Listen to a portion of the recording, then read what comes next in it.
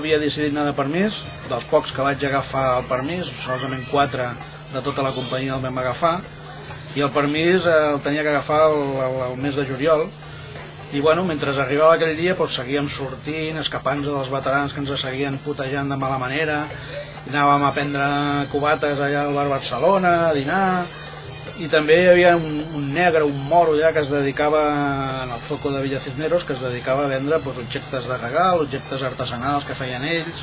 Concretament, jo em vaig enamorar de diverses coses, però una era un barco, una mena de piragua, que era el que esteu veient ara en el vídeo, un casc amb uns remers i uns rems de bastant de tamany, i durant diversos dies el Joan, l'altre noi canari i jo, el Chanito, i jo anàvem per allà i jo regatejant, cada dia regatejant, i el Joan m'ajudava, i el Chanito, ja vinga a fotre-li canya al tio, fins que un dia ja quasi no el va regalar, però com que vam comprar moltes coses em va sortir, la veritat, molt barat de preu. Bueno, el vaig emportar jo tot content cap a la companyia, el vaig posar a la taquilla amb totes les altres coses, i jo patint les pastilles, els serveis i totes les conyes aquelles marineres de Villa Cisneros, les patrulles, les maniobres i tot el que vam fer, fins que va arribar el dia que ja s'acostava d'anar-me de permís. Jo concretament me'n tenia que anar el dia 10 de juliol, però el dia 6 jo estava de servei em sembla que a l'emissora de ràdio, ve un noi a buscar-me i diu, el teniente Aguilar diu que baixis corrents, que t'ha aconseguit un vol amb un Hèrcules que va directe a Madrid i que surts d'aquí poca estona, que tens 10 minuts per fer el petate i marxar. Hòstia, jo corrents, baixo les escales, vaig cap a la taquilla, començo a agafar les coses, la roba, començo a ficar-ho dintre del petate de mala manera, fico els remers, els rems, i clar, em vaig a posar el vaixell allà, no m'hi cabia, em sortia per aquí, per allà, no hi havia manera, i em diuen, vinga, Argila, que tens que marxar. Jo, agafo el petate, el tanco, i què faig amb el barco? I li dic, escolta'm, Bernades, que justament no sé si seria al migdia, voltava per allà, i li dic, escolta'm, Joan, guarda'm això, perquè ara no ho puc emportar. Sí, home, sí, allà hi cap tot, allà a la taquilla. I allà a la taquilla es va quedar, total que me'n vaig de permís, torno de permís, arribo a Villa Cisneros i allà no quedava ni la puntada de la companyia, la meitat de llits no hi eren, la gent, tots els de ràdio pràcticament els havien enviat cap a Xera, cap a la Llun, cap al nord, perquè hi havia bastant de follon amb els marroquís, i a mi em diuen, tu també tens que anar cap allà. I al final, després de diversos intents d'anar amb avió cap a la Llun, no hi va haver manera, sempre col·locaven a militars i famílies de militars i on quedaven allà. I al final una altra vegada amb els camions, vinga cap al nord. Bueno, me'n vaig anar amb les 4 coses i el barco es va seguir quedant a Villa Cisneros, a les mans del Joan. Jo pensant que tornaria, però ja no vaig tornar i ja no sé res més del barco fins fa poquet. I ara el Joan ens podrà explicar una mica què va passar amb el barco durant tots aquests anys. Jo, com que de l'Àfrica vaig marxar 40 dies antes d'ell, doncs clar, que no sabia si baixaria o no baixaria, però vaig dir, saps què? Val més que me l'emporti, no sigui cas que després quedi aquí, i me'l vaig a portar cap a l'ella.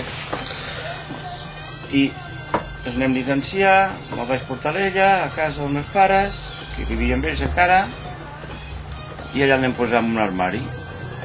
I llavors vam anar passant els dies, amb unes ganes ja de no pensar més en la mili, després d'un any i pico estar fora de la península, i jo al primer moment, després a vegades em pensava del barco i deia, bueno, segurament que o ell em trucarà, o el mirarà de veure, o jo ja el miraré de veure, però mira, van passant els dies, els mesos, i resulta que han passat 35 anys, i ni ell sap res de mi ni jo sé res d'ell. I per mediació d'un tal Carlos Porta, que ha organitzat un bombarder, però positiu, no negatiu, perquè s'ha de dir clar, i s'han començat a trobar ja companys, uns que poc ens coneixíem, però vull dir, alguna de relació hi havia, i per mediació d'un em va trucar per anar fent la roda, per anar trobant, i jo li vaig dir el comentari, a mi el que m'agradaria trobar era en Joan d'Argila, que era molt amic, i a més tinc encara una peça a casa. Bueno, penso que la tinc a casa, perquè clar, estava a casa dels meus pares. Si no l'han llançada, està allà a l'armari.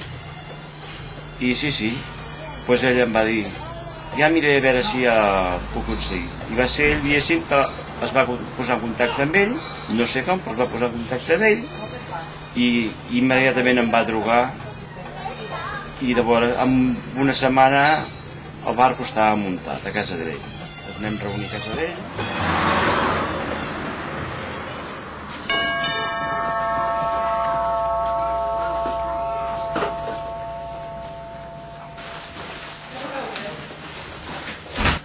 Ostres, Joan!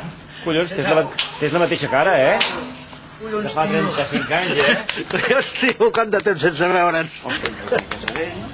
Anem a sopar, i és aquest barco que esteu veient. Ben muntadet. I el que passa que va estar 35 anys, cada peça amb un armari diferent. I tot plegat estava a 3 o 4 quilòmetres de distància. I clar, per la meva banda, la història és que jo vaig anar allà a Xera.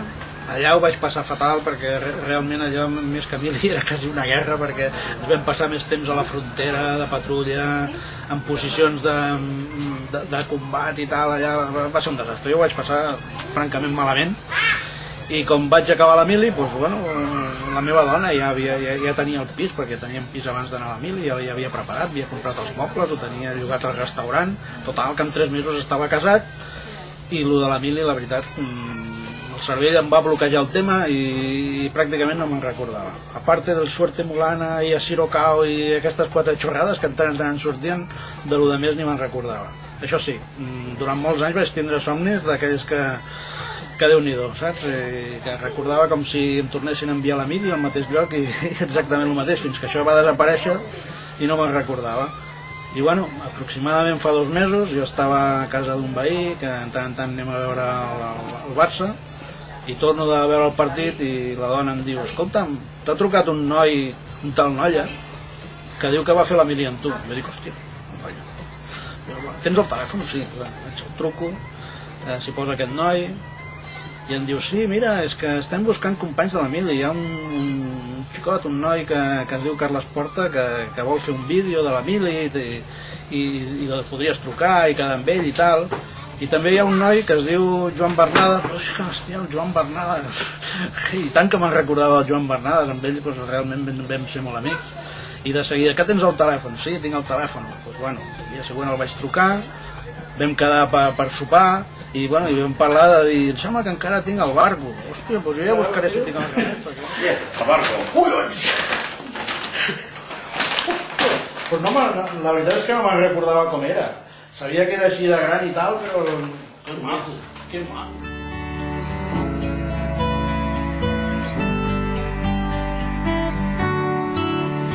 Per tu, per mi, i per tot el que hem viscut, els anys, les pors i el que hem abandonat. Però bueno, jo durant la setmana vaig anar a casa meva, a casa dels meus pares, i els vaig preguntar si encara guardaven els remers, perquè jo pensava que no, i la meva mare, doncs, no ho tinc clar. I el meu pare es va aixecar i al cap d'una estona es presenta amb una bosseta, sí, allà dintre hi havia els remers, i el dissabte següent es presenta el Joan a casa meva amb una gran bossa, i bueno, va sortir el casco del barco, el vam muntar, i aquí està, que ja tenim el vaixell complet i una amistat que han tornat a retrobar després de tants anys. Y colorín colorado, este cuento se ha acabado.